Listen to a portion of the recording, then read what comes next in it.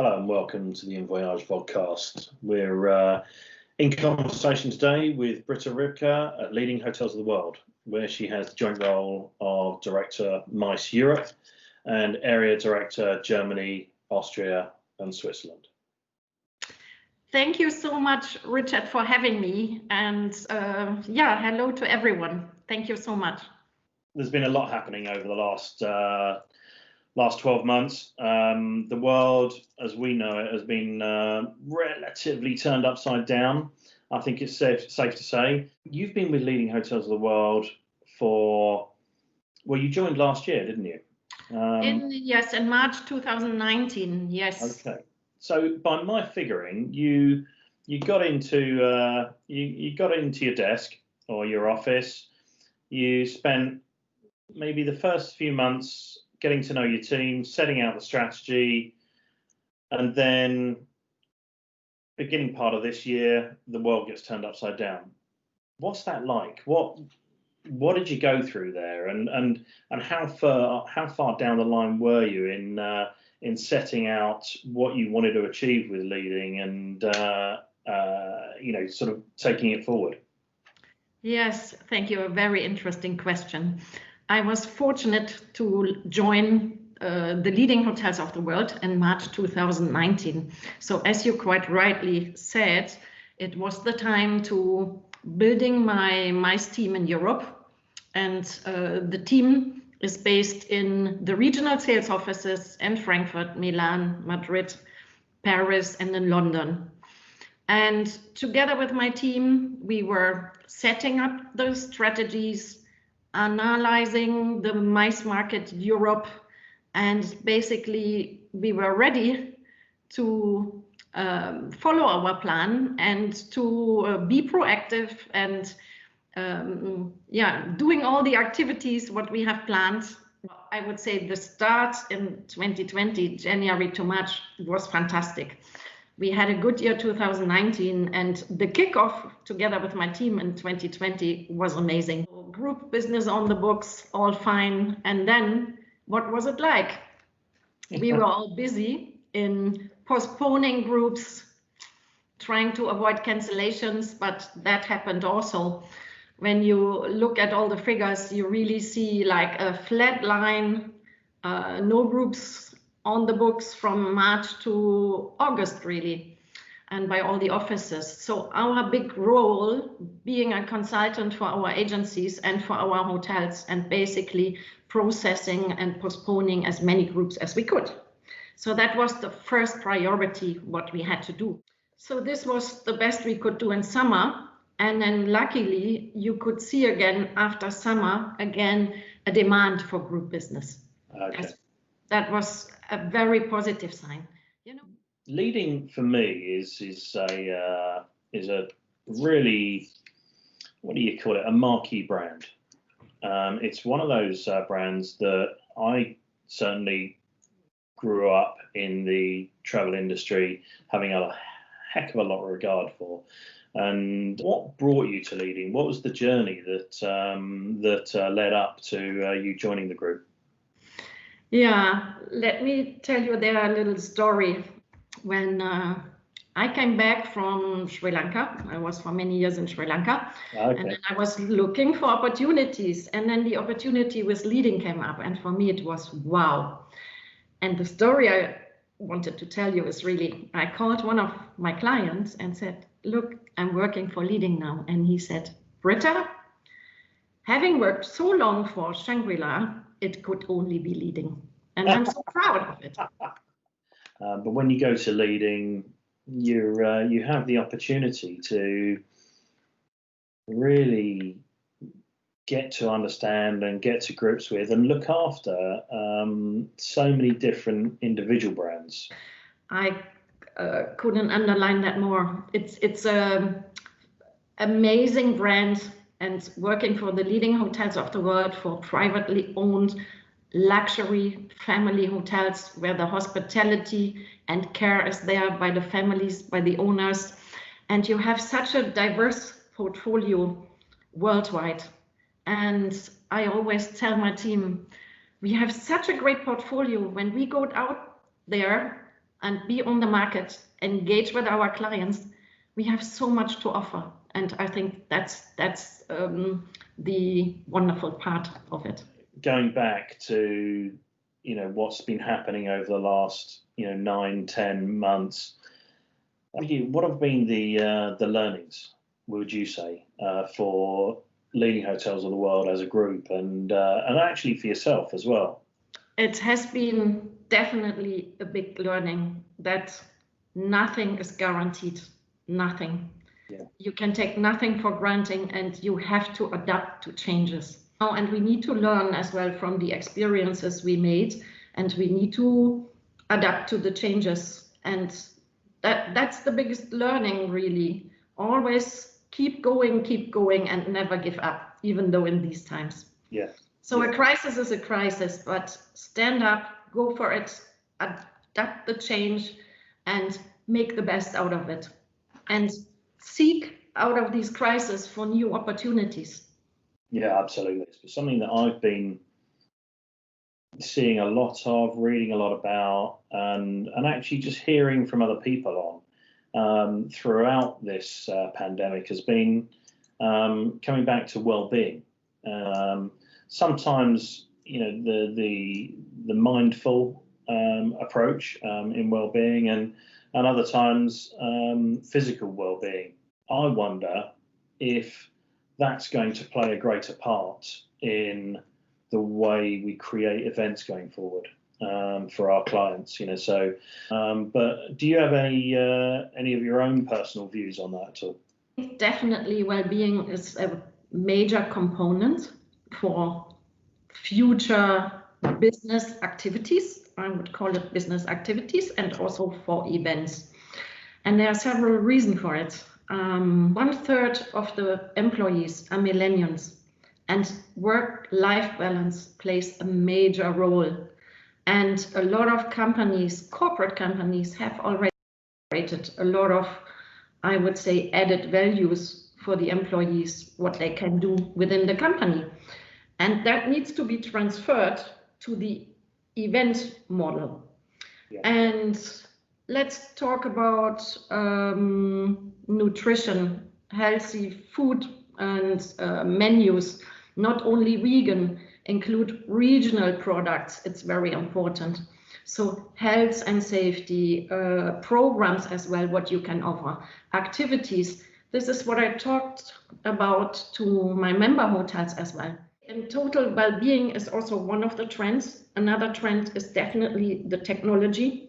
We need to basically include there and make the best use out of it and take the advantage. Then the sustainability as well. And well-being also means for me that we need to create immersive experiences. The generation needs to go out there and is so conscious of this work-life balance. And yes, that should be, it is definitely a trend for event models. For me, I would love to see well-being and sustainability, which is something you mentioned there, become part of the pitch process. So much more in events, and I have a sense that it's moving in that direction, and it'll be I think it would be really enlightening for companies to be able to weave these programs into their events. And when we brainstorm together with my team and with my hoteliers as well, with my colleagues, with the member hotels, it's, for example, well-being is also, instead of networking, netwalking. Take the leisure time there as well. Leisure time is also well-being. It's a combination nowadays of business and leisure. That is also a big trend. But in terms of, I'm going to call it the leading difference. What is the leading difference? So if I'm an agency or if I'm a corporate looking to create events, why do I sit down with Britta? Service. So what we want to provide is basically seamless service. Okay. So from the beginning, we are in contact, discussing opportunities, proposals, destination or hotels. We narrow it down for our customer. We want to deliver that service from the beginning, delivering the proposal, and creating an amazing experience on property. So we are the extension, the sales arm for our hotels. Yeah. And for the customer, there should be no difference if it is me leading at the regional office, doing the first part of the job and bringing the customer and the group to the hotel, and then our colleagues take over. Okay. For the agency or the corporate, you're doing a lot of the heavy lifting there, or you're able to do a lot of the heavy lifting in terms of going out and really sourcing the best selection of properties for them. I get the impression, instead of them having to go individually to multiple properties, it channels through you. But also, I guess you've got people on the ground as well, haven't you? So in that regard, it brings you a lot closer to the client. Yes, and the key is the communication. Yeah. And being very authentic as well. Okay. And transparent. The more you know, the better it is. And get to know the customer, sharing information, and basically working out the best option for the clients. So it's really a win-win situation for us and also for the clients. So the ultimate goal is to have also repeat business, especially with our portfolio. It is never the same experience. It's always an add-on to other destinations. I should imagine there's a lot of people out there that will love hearing the word transparency, because it's what you all crave, isn't it? It's what we all crave in the event creative and design process. You know, it's having that transparency, having that clear line of communication, and the ability to partner and to collaborate.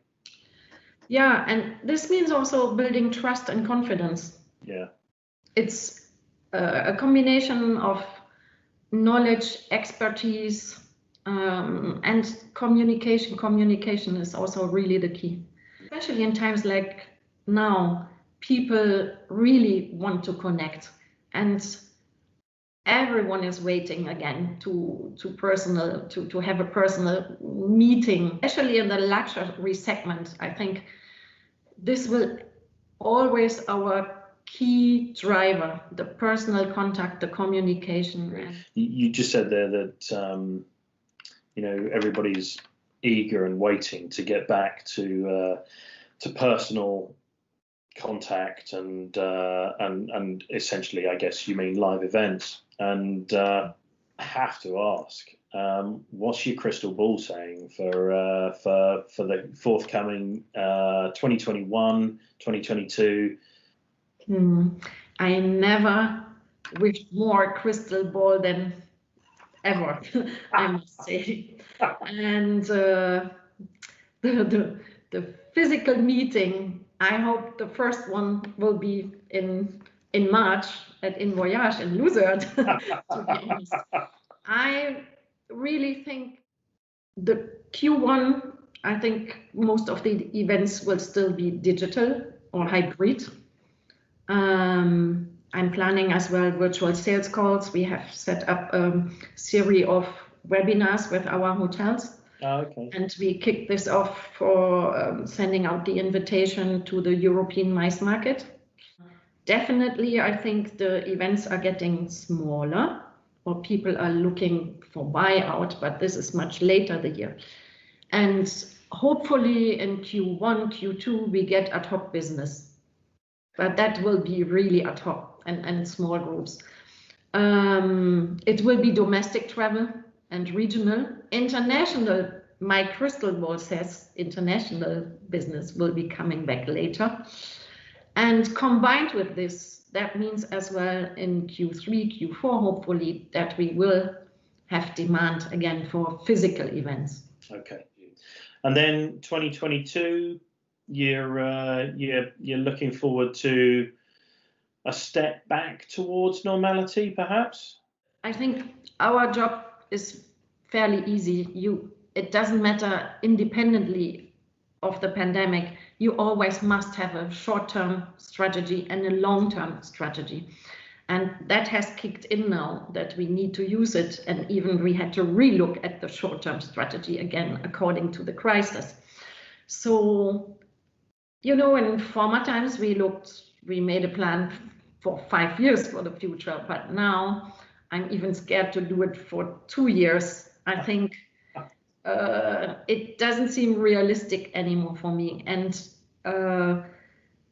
I think the objective is there always to look for efficiency, to drive results, to have happy clients. And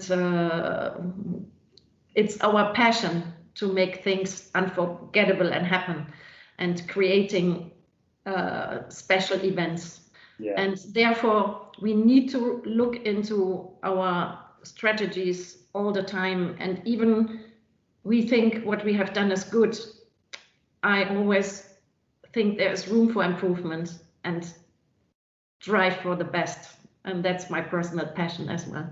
You know, I share your sentiments there. It's about that creativity and doing something above and beyond, and always looking for improvement. I love that. I'm hoping I'm in your good books right now, Britta, because inVOYAGE Lucerne is at one of your member hotels, the Bergenstock resort, and then inVOYAGE Mykonos is another of your resorts at the Myconian Collection on Elia Beach. So we keep it in the leading family for 2021 by the looks of things. Thank you so much, Richard. We are really honored and also very happy that many more leading hotels also participating at the inVOYAGE, and we look forward to it. Brilliant. Well, look, Britta, I've taken up way too much of your time. Thank you so much for chatting with us. Thank you so much, and same for you. All right. Cheers, then. Very well. Safe and healthy. Thank you. All right. Take care.